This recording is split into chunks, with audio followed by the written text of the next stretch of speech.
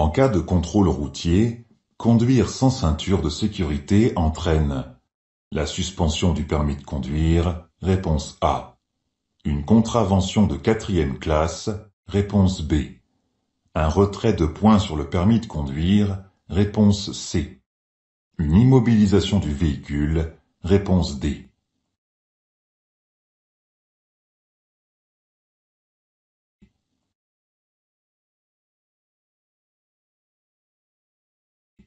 Quels sont les risques sans ceinture de sécurité? Le risque de blessure mortelle et d'éjection du véhicule sont importants en cas de choc. Plus l'infraction est grave, plus la sanction est lourde.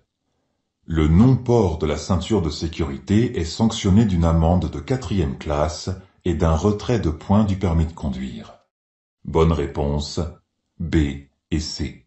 Les piétons créent des zones d'incertitude. Oui, réponse A. Non, réponse B. Je maintiens un intervalle latéral de sécurité d'1 mètre, réponse C. d'1,50 m, réponse D.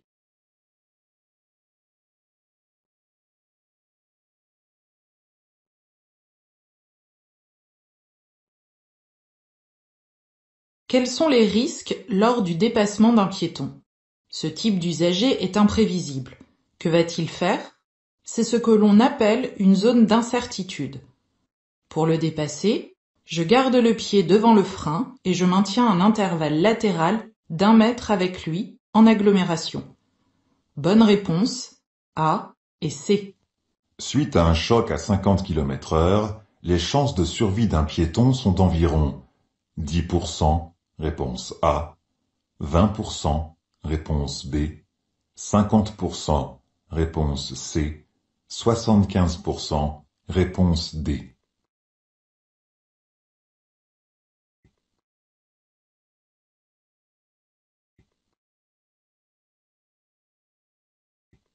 Pourquoi les chances de survie d'un piéton varient-elles selon la vitesse?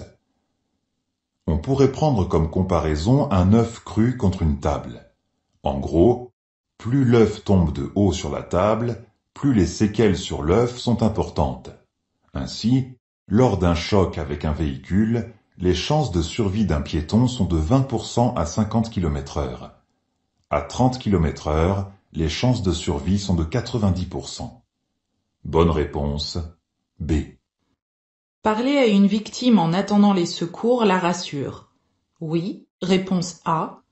Non, réponse B. La tient éveillée? Oui, réponse C. Non, réponse D.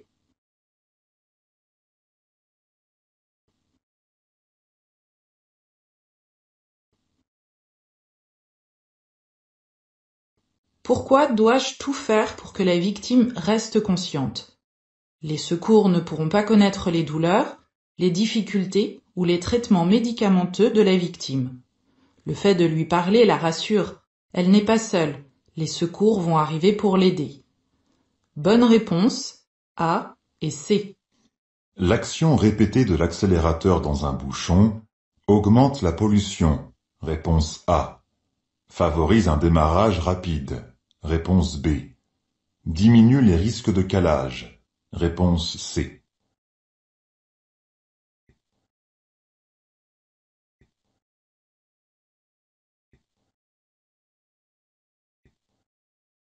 Qu'est-ce que le dioxyde de carbone? Pour fonctionner, le véhicule brûle du carburant et rejette du dioxyde de carbone par le pot d'échappement. C'est une des principales causes de la pollution atmosphérique qui crée des problèmes respiratoires. Pour faire avancer ma voiture plus vite, j'appuie plus sur l'accélérateur. Le véhicule consomme donc plus de carburant et rejette plus de dioxyde de carbone. Bonne réponse, A. Le véhicule derrière moi respecte les distances de sécurité. Oui, réponse A. Non, réponse B. Je freine? Oui, réponse C. Non, réponse D.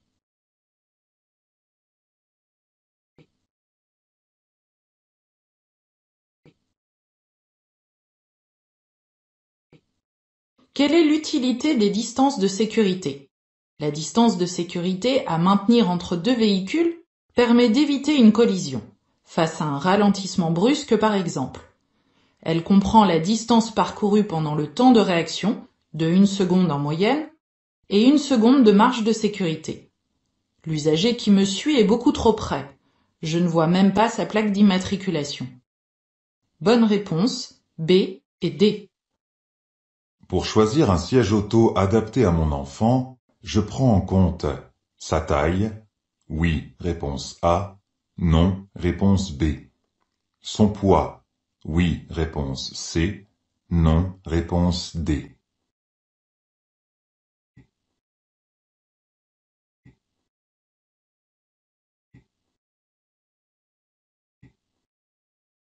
Quels sont les risques avec un siège auto inadapté?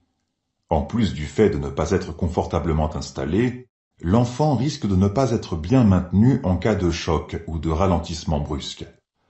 Ainsi, je choisis un siège auto en fonction de la taille et de la morphologie de mon enfant.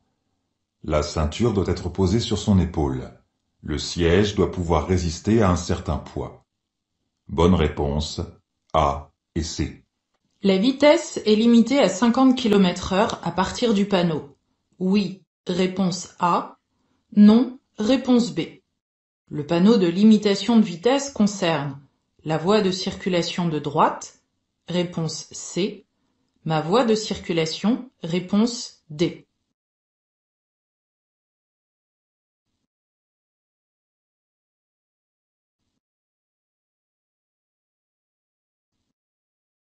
Comment et où prend effet une limitation de vitesse?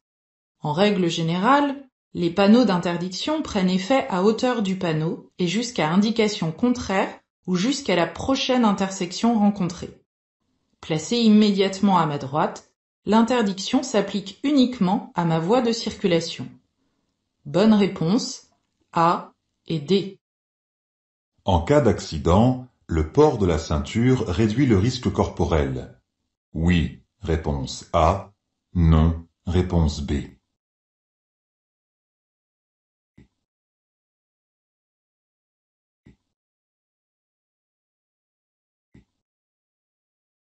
Quel est le rôle de la ceinture de sécurité?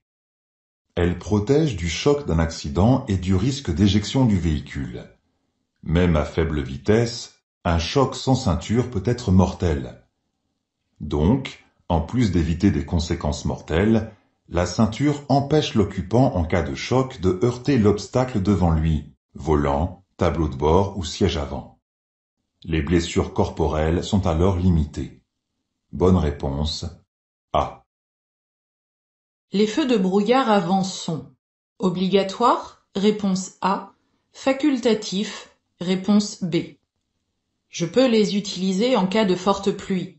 Oui, réponse C. Non, réponse D.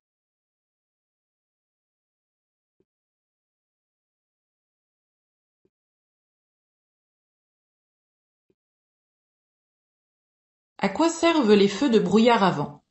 Ils permettent de mieux distinguer les bords de la chaussée sur routes étroites et sinueuses. Ils sont très utiles partant de brouillard, de chutes de neige ou de fortes pluies. Mais ils permettent aussi d'être plus facilement détectés par les autres usagers. Ces feux permettent donc de voir et d'être vus. Tous les véhicules ne sont pas obligatoirement équipés de feux de brouillard avant. Bonne réponse, B et C. La plupart des accidents au passage à niveau sont liés au dysfonctionnement des barrières, réponse A. Au mauvais comportement des conducteurs, réponse B.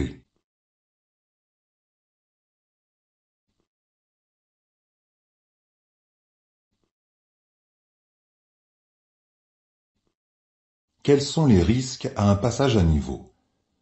Je risque de heurter le sol avec la voiture à cause d'une vitesse inadaptée ou encore de me retrouver bloqué sur les rails.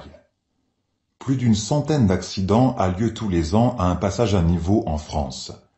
Malheureusement, 99% des accidents sont liés au non-respect du code de la route. Bonne réponse, B. Les feux diurnes dispensent de l'utilisation des feux de croisement le jour. Oui, réponse A. Non. Réponse B. La nuit? Oui. Réponse C. Non. Réponse D.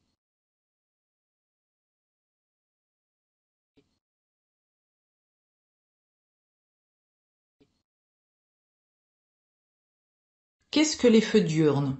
Comme leur nom l'indique, ce sont des feux que j'utilise le jour. Tous les véhicules récents en sont équipés. Ils permettent d'être plus facilement détectés auprès des autres usagers. De nuit, en présence d'autres usagers devant moi, je circule avec les feux de croisement.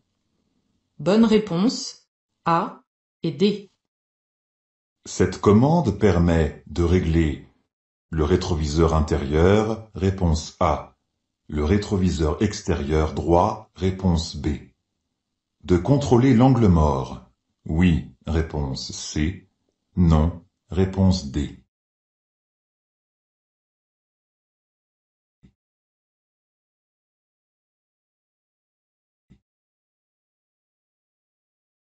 À quoi servent les rétroviseurs extérieurs? Ils me permettent de contrôler ce qui se passe autour de moi, en particulier sur les côtés. Mais ils ne permettent pas de tout voir. Certains véhicules sont équipés de rétroviseurs extérieurs à réglage électronique. Cette commande se situe généralement sur la portière du conducteur. Ici, j'ai activé le réglage du rétroviseur extérieur droit. Bonne réponse, B et D. J'adapte la vitesse en fonction de l'adhérence au sol. Oui, réponse A. Non, réponse B. Des usagers rencontrés. Oui, réponse C.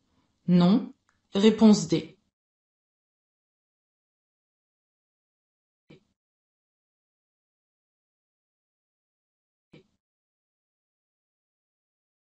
Quels sont les risques avec une vitesse inadaptée? Elle peut entraîner une perte de contrôle du véhicule, une sortie de trajectoire, voire un choc avec un usager rencontré. Pour toutes ces raisons, j'adapte la vitesse en fonction de l'état du sol, gravier, feuilles, pluie, des usagers rencontrés, piétons, tracteurs, animaux, de l'environnement, du trafic, etc. Bonne réponse A et C. Une ceinture de sécurité bien ajustée est vrillée, réponse A, est posée sur l'épaule, réponse B, est tendue, réponse C.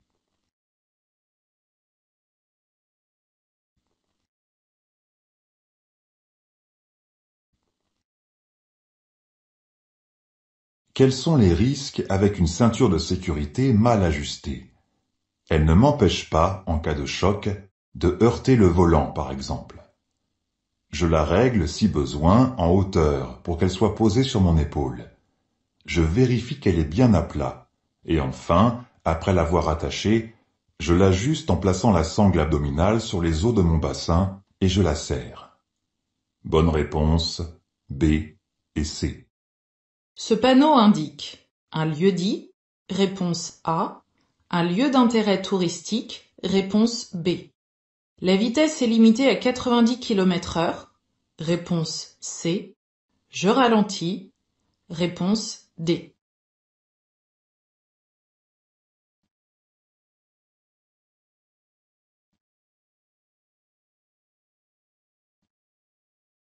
Qu'indique ce panneau? Il signale l'entrée du lieu-dit d'Arennes-Cros. Je vais traverser une zone avec des habitations où des usagers sont susceptibles d'entrer ou de sortir de chez eux. Je circule hors agglomération. La vitesse maximale autorisée est de 90 km/h. Je risque de rencontrer des ralentissements, des usagers qui manœuvrent. Je ralentis. Bonne réponse A, C et D. Le marquage au sol m'aide à évaluer l'espace de sécurité. Oui, réponse A. Non, réponse B. Je suis à plus de 2 secondes du véhicule derrière moi. Oui, réponse C. Non, réponse D.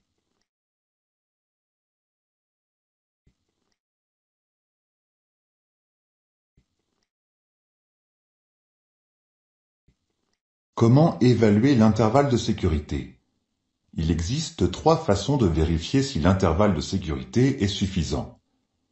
Je peux utiliser le marquage au sol, multiplier par 6 la dizaine de la vitesse, ou prendre un point de repère. Je ne vois même pas la plaque d'immatriculation du véhicule qui me suit. Il est beaucoup trop près. Bonne réponse, A et D.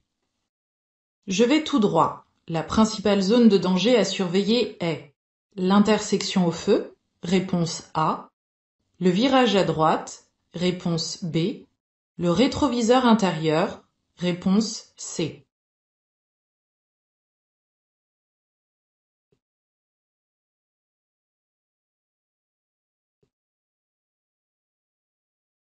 Qu'est-ce qu'une zone de danger? C'est une zone où je risque de devoir agir pour éviter un accident. J'aborde une intersection où le feu m'autorise à passer. Je m'assure que tous les usagers présents vont bien appliquer le régime de priorité avant de m'engager. Bonne réponse A. Pour anticiper, mon regard se pose. Au point d'horizon de la route, réponse A. Sur le bas-côté à ma droite, réponse B.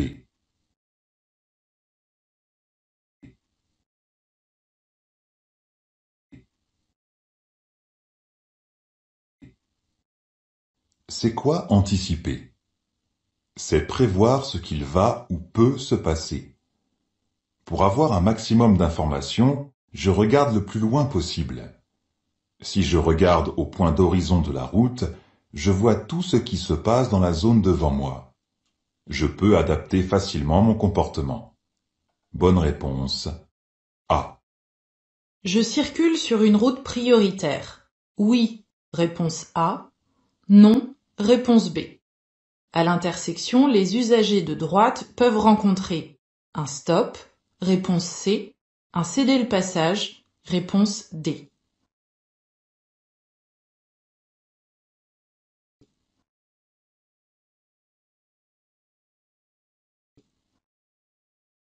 Comment savoir si je suis sur l'axe prioritaire? Le panneau jaune indique que je circule sur une route à caractère prioritaire. Sur le panonceau schéma, le trait épais représente l'axe prioritaire et le fin, l'axe non prioritaire.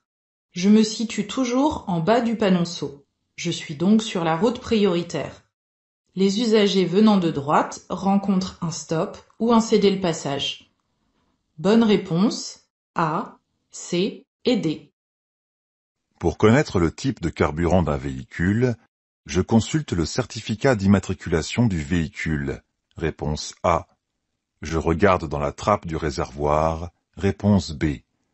Je demande à la station-service le meilleur carburant pour ce véhicule. Réponse C.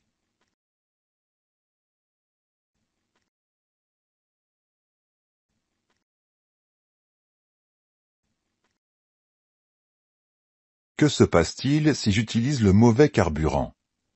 Quelques kilomètres plus loin, le véhicule ne pourra plus avancer. Cette erreur peut endommager gravement le moteur. Pour connaître ou me rappeler du carburant à utiliser, je peux consulter le certificat d'immatriculation du véhicule, ou bien regarder dans la trappe du réservoir, où le type de carburant est indiqué clairement. Bonne réponse A et B. Les cyclistes sont obligés d'emprunter la piste à droite. Oui, réponse A. Non, réponse B.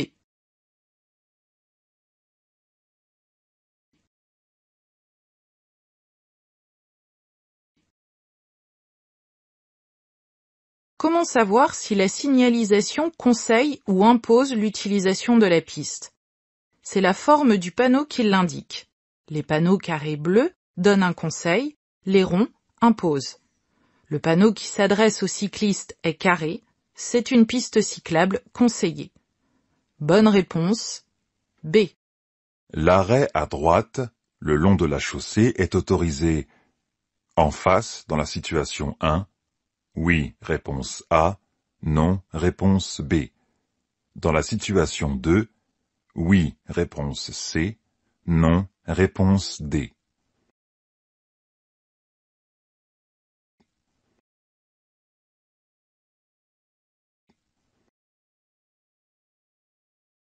Pourquoi un arrêt peut-il être interdit? s'il gêne la circulation des autres usagers et ou si cela représente un danger. En face, dans la situation 1, la chaussée est suffisamment large et la visibilité suffisante. Dans la situation 2, la visibilité est fortement réduite. Impossible pour un usager arrivant derrière moi de dépasser sans risquer un choc frontal. L'arrêt est interdit. Bonne réponse A et D. L'ESP se déclenche lorsque le véhicule dérape. Oui, réponse A. Non, réponse B. Lorsque le conducteur enclenche la pédale de frein au maximum. Oui, réponse C. Non, réponse D.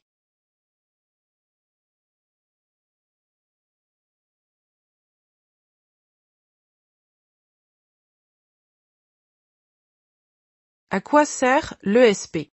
Il permet au véhicule qui sort de sa trajectoire, suite à une perte d'adhérence, de se remettre comme il faut. Il me permet donc de garder le contrôle du véhicule. Bonne réponse A et D. L'adhérence risque d'être réduite. Oui, réponse A. Non, réponse B. Je roule au maximum de la vitesse autorisée. Oui, réponse C. Non, réponse D.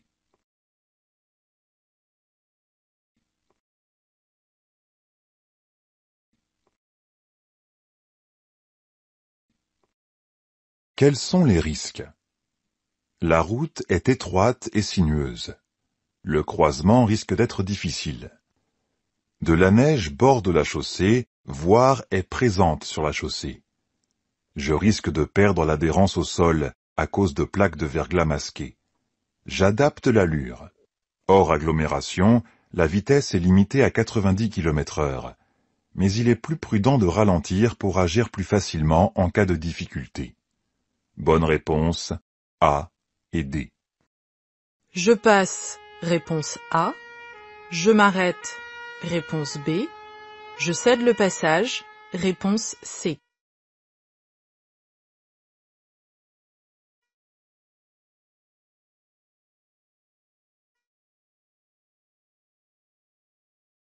Pourquoi les véhicules d'urgence en intervention sont-ils prioritaires? Dès lors que les véhicules prioritaires ont allumé leur dispositif, je cède le passage pour leur permettre d'accéder le plus rapidement possible sur les lieux de leur intervention. Des vies sont en jeu. Le véhicule en face est un véhicule des pompiers. Il est en intervention. Il doit traverser ma voie de circulation. Je m'arrête pour lui céder le passage. Bonne réponse B et C. En plein jour, la sortie du tunnel risque de m'éblouir. Oui, réponse A. Non, réponse B.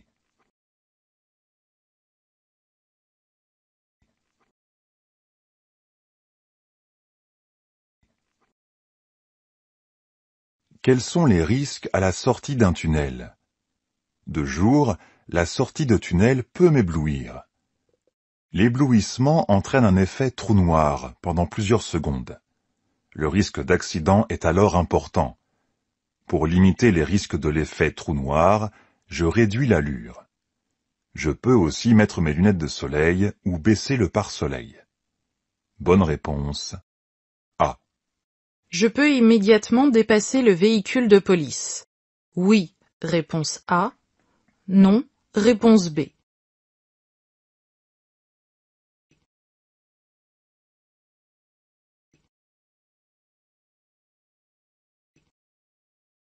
L'arrêt du véhicule de police est-il réglementaire?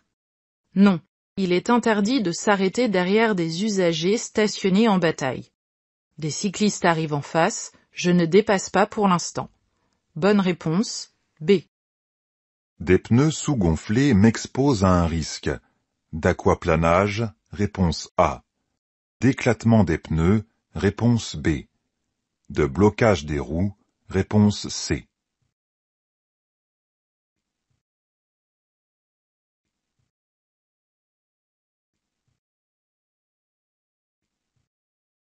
Que se passe-t-il lorsqu'un pneu est sous-gonflé? Il se déforme plus, s'use plus vite. L'adhérence au sol est réduite. la consommation de carburant augmente, le freinage est moins efficace et le risque d'éclatement du pneu est important. Les risques d'aquaplanage sont aussi très importants. Vérifier régulièrement la pression des pneus prend peu de temps et m'évite des prises de risques inutiles. Bonne réponse A et B. À 200 mètres, je peux m'arrêter pour téléphoner, réponse A. En cas d'urgence, réponse B. Pour pique-niquer, réponse C. Pour faire une pause, réponse D.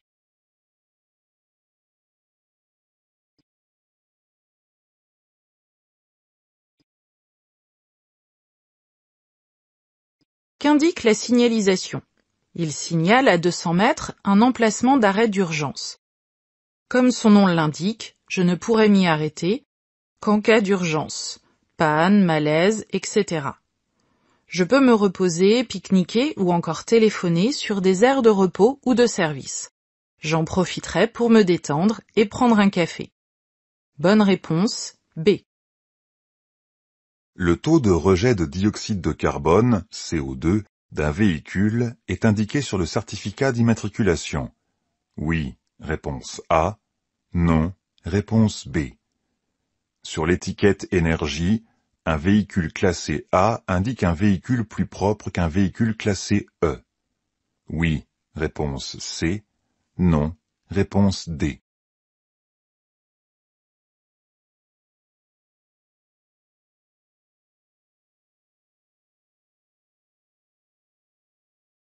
Comment connaître le niveau d'émissions polluantes du véhicule?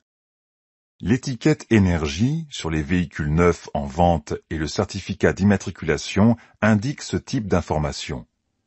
L'étiquette énergie comporte une échelle de lettres de A à E. Le A étant symbolisé par la couleur verte et la classe E par le rouge. Plus le véhicule s'approche du rouge, plus il est polluant. Bonne réponse A et C. Ce panneau annonce la fin d'une sortie d'école, réponse A, d'une aire piétonne, réponse B, d'un passage pour piétons, réponse C.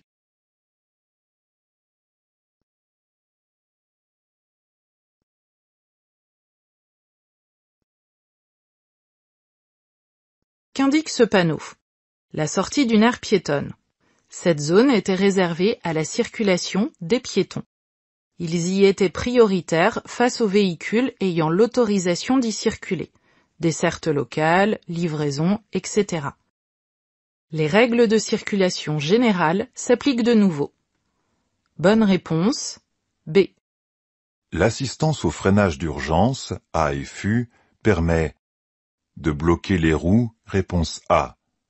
De réduire énormément la distance de freinage, réponse B. D'amplifier le freinage, réponse C.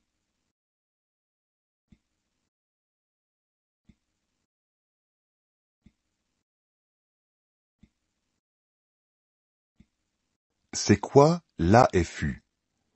Ce système détecte que le conducteur souhaite effectuer un freinage d'urgence. Il amplifie le freinage de l'ABS, ce qui améliore le freinage sans bloquer les roues. Ces aides à la conduite réduisent sensiblement la distance de freinage. Le seul moyen pour éviter l'accident, c'est d'adapter la vitesse, d'être attentif à la situation et d'entretenir régulièrement mon véhicule.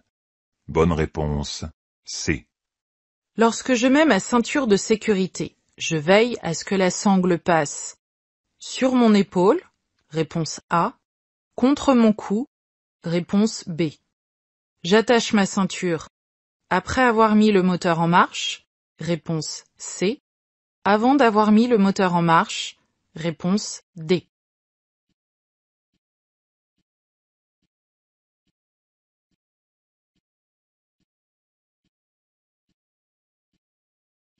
Comment doit être la ceinture pour être efficace?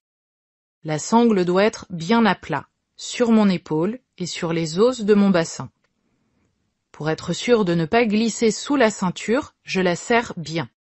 La mise en marche du moteur est la dernière chose à faire après m'être installé et après avoir vérifié que tous mes passagers soient eux aussi correctement installés. Bonne réponse A et D. Je mets le pied devant le frein. Réponse A. Je contrôle l'usager derrière moi. Réponse B.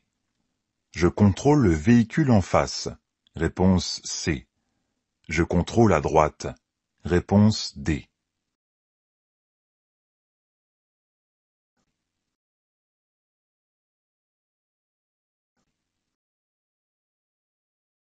Où dois-je être particulièrement attentif?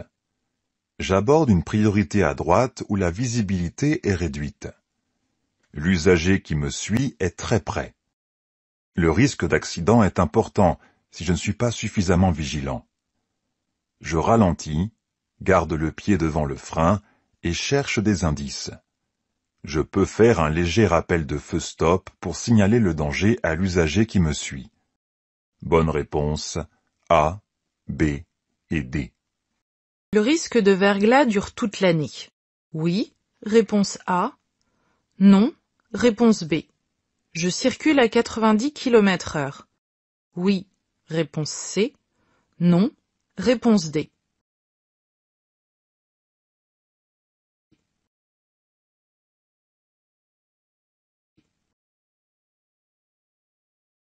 Qu'indique la signalisation? Que la zone est fréquemment verglacée. Le risque de verglas a lieu en période hivernale ou automnale. La route est sinueuse, la visibilité vers l'avant est nulle. J'adapte l'allure à la visibilité. Circuler à 90 km/h serait trop dangereux. Bonne réponse B et D.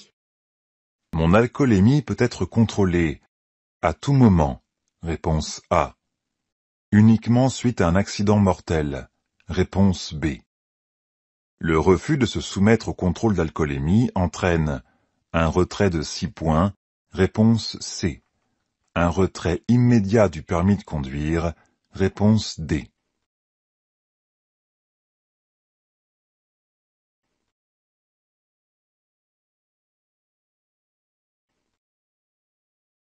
Quel est le but des contrôles d'alcoolémie? D'arrêter la circulation des conducteurs ayant une forte probabilité de créer ou d'être victimes d'un accident.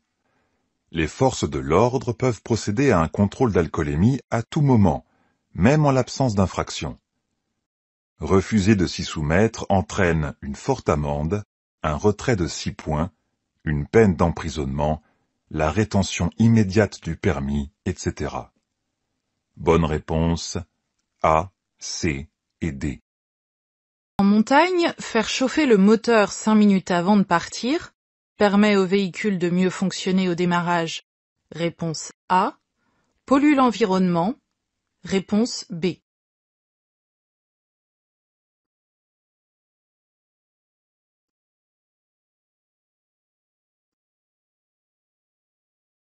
À quoi est due la pollution atmosphérique? Les transports en sont la première cause.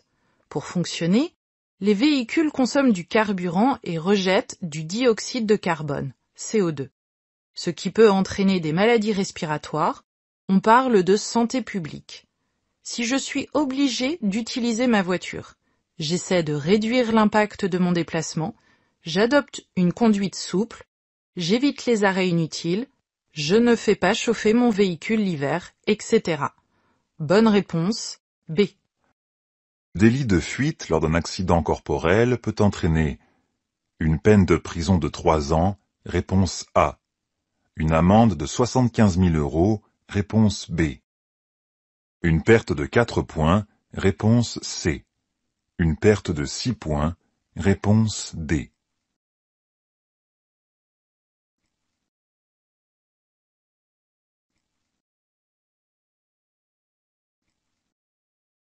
Qu'est-ce qu'un délit de fuite?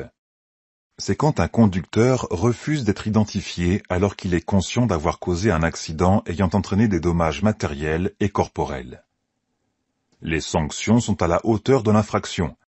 Ainsi, un délit de fuite lors d'un accident corporel est passible de 3 ans d'emprisonnement, d'une amende de 75 000 € ainsi que d'une perte de 6 points sur le permis de conduire. Bonne réponse A, B et D. Avant de prendre le volant après une soirée alcoolisée, je teste mon alcoolémie à l'aide d'un éthylotest, réponse A. Je bois un ou plusieurs cafés, réponse B. Je bois 5 fois le volume d'alcool en eau, réponse C.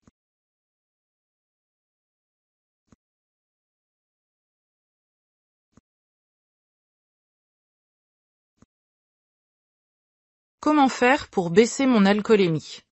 La seule solution est de laisser le temps s'en occuper. La conduite est autorisée avec un taux d'alcool de 0,49 g par litre de sang, 0,19 g par litre de sang pour les novices. Je dois toujours avoir un éthylotest non usagé, non périmé et aux normes pour m'indiquer après une soirée alcoolisée si je peux conduire. Absence non sanctionnée. Si mes amis n'arrivent pas à m'arrêter, l'éthylotest y arrivera peut-être. Bonne réponse,